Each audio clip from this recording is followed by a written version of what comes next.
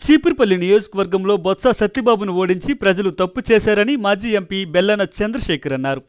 చీపురుపల్లిలో బొత్స పుట్టినరోజు వేడుకల్లో పాల్గొన్న ఆయన వాటమితో బొత్సకి ఏమీ నష్టం లేదని, అది ప్రజలు చేసుకున్న దౌర్భాగ్యమని ఘాటు వ్యాఖ్యలు చేశారు. మంచి విద్య కావాలా, మంచి వైద్యం కావాలా, మంచి మందు కావాలా అంటే ప్రజలు మంచి మందుకే ఓట్లు వేశారన్నారు. మద్యం ధరలు తగ్గిస్తామన్న తెదేపా ప్రభుత్వం మాట తప్పిందని, రైతులకు ఇవ్వవలసిన విత్తనాలు, విద్యార్థులకు ఇవ్వవలసిన అమ్మఒడి కూడా ఇంతవరకు ఇవ్వలేదన్నారు. వాటిమీతో ఎవరు కృంగిపోవలసిన అవసరం లేదని, ప్రభుత్వ వైఫల్యాలను ఎండగట్టడానికి రెడీగా ఉండాలని నాయకులకు, కార్యకర్తలకు ఆయన సూచించారు. అనంతరం చీపురుపల్లి ఎలవేల్పు శ్రీ శ్రీ శ్రీ కనక మహాలక్ష్మి అమ్మవారి ఆలయంలో మాజీ మంత్రి బొత్స పేరు మీద ప్రత్యేక పూజలు నిర్వహించి స్థానిక వృద్ధాశ్రమం, ప్రభుత్వ ఆసుపత్రిలో పండ్లు పంపిణీ చేశారు. ఈ కార్యక్రమంలో ఎంపీపీ ఇప్పులి వెంకట నరసమ్మ, వైసీపీ మండల నాయకులు ఇప్పులి అనంతం, వల్లిరెడ్డి శ్రీనివాస్ నాయుడు, మేసాల వరహాల నాయుడు, బెల్లన వంశీకృష్ణ, సర్పంచ్ సుధారాణి తదితరులు పాల్గొన్నారు. ఎంతో అభివృద్ధి పదంలో ఇవాళ ఏ గ్రామంలో చూసుకున్నా తారు రోడ్లు వేస్తామంటే అది మన పెద్దల బొత్స సత్యనారాయణ టైంలో నేను చెప్పి తెలియజేస్తున్నాను. లేదు కస్తూర్బా స్కూల్స్ తెచ్చినా, ఒక కాలేజీ తెచ్చినా, ఒక పాలిటెక్నికల్ కాలేజ్ తెచ్చినా, లేదు ఒక డిగ్రీ కాలేజ్ తీసుకొచ్చినా, ఇవన్నీ కూడా పెద్దల బొత్స సత్యనారాయణ టైంలో జరిగినవని చెప్పి తెలియజేస్తాను. లేదు ఒక ఆర్డీఓ ఆఫీస్ తీసుకొచ్చినా, ఒక డిఎస్పీ ఆఫీస్ తీసుకొచ్చినా, ఒక రెవెన్యూ డివిజన్ తీసుకొచ్చినా కూడా పెద్దల బొత్స సత్యనారాయణ గారు ఈ నియోజకవర్గాన్ని చేశారని చెప్పి మీ అందరికీ తెలియజేస్తాను. మనం 2019లో ఎన్నికలకు వెళ్ళినప్పుడు, 24లో ఎన్నికలకు వెళ్ళినప్పుడు మనం ఓటం చెందామని కృంగిపోవాల్సిన పని లేదని చెప్పి 40% మంది మనందరికీ మన వెనక్కి ఓటర్స్ ఉన్నారు. మరి జరిగిన పరిణామాలు కానీ, జరిగిన అభివృద్ధి కానీ, ఎందుకంటే ముఖ్యంగా మంచి విద్య కావాలా, మంచి వైద్యం కావాలా, మంచి మందు కావాలంటే ఇవాళ ప్రజలందరూ మందుకు ఓటేశారు తప్పించి మంచి విద్యకు కానీ, మంచి వైద్యానికి కానీ ఓటేయలేదని చెప్పి తెలియజేస్తాం. ఇవాళ 30 రూపాయలు తగ్గిస్తామన్నాడు, ఇంతవరకు తగ్గించలేదు. లేదు అనేక సందర్భాల్లో మాటలు ఇచ్చాడు.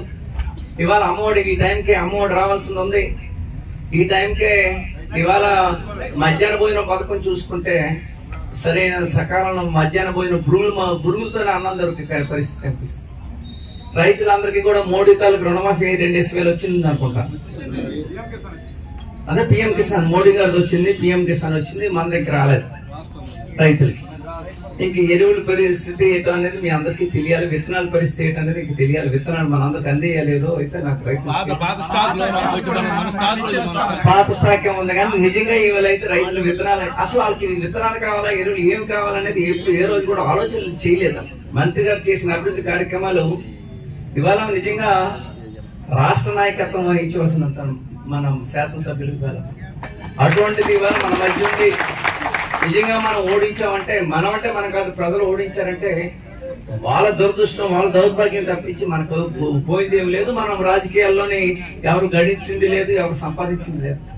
పోతే ప్రజలే నష్టపోతారు, రైతులే నష్టపోతారు, లేదా మహిళలే నష్టపోతారు తప్పించి మనకేం ఇబ్బంది అయితే లేదు. కానీ మనందరం కూడా ఇవాళ జరుగుతున్న దాడులు మీ అందరికీ తెలుసు. రాష్ట్రంలో జరుగుతున్న దాడులు, తెలుగుదేశం నాయకులు చేస్తున్న దాడులు. రాజశేఖర రెడ్డి గారు చనిపోతే ఆయన విగ్రహాలు తగలబెడుతున్నారు. లేదు శిలాఫలకాలు మనం ఏదైతే రైతు భరోసా లేదు మన సచివాలయాలు ఓపెన్ చేస్తే దానికి సంబంధించిన శిలాఫలకాలు కొట్టే కార్యక్రమం చేస్తున్నారు. ఎక్కడికి వెళ్ళినా దౌర్జన్యాలు, రౌడీజం చేస్తున్నారు. మరొక 4 రోజులు ఓపు పట్టకండి, తప్పకుండా ప్రభుత్వం తాలూకా విధి విధానాలు ప్రజలు గమనిస్తారు. తప్పకుండా మళ్ళీ ప్రజలు మనతోనే ఉంటారు, ప్రజలు మనకి అండగా నిలుస్తారు. కనుక మనందరం ధైర్యంగా పోరాటం చేయవలసింది. ప్రజల తరపున ఏదైతే ఎన్నికల్లో హామీ ఇచ్చారో, అమ్మఒడి ఇవ్వలేదు, రైతు భరోసా ఇవ్వలేదు, అదే ఆడపిల్లలు 18 సంవత్సరాలు నిన్న ఆడపిల్లలు ఉంటే 1,500 ఇస్తానన్నారు, ఇంకివ్వలేదు. ఇస్తారో లేదనేది చూడవలసిన అవసరం ఉంది. చూసి మనం తప్పకుండా దాని మీద ఏదైతే మేనిఫెస్టోలు ఇచ్చిన హామీలు ఏవైతే నెరవేర్చలేదో ప్రజల తరపున పోరాటం చేయవలసిన బాధ్యత మన అందరి మీద ఉందని చెప్పి తెలియజేసుకుంటూ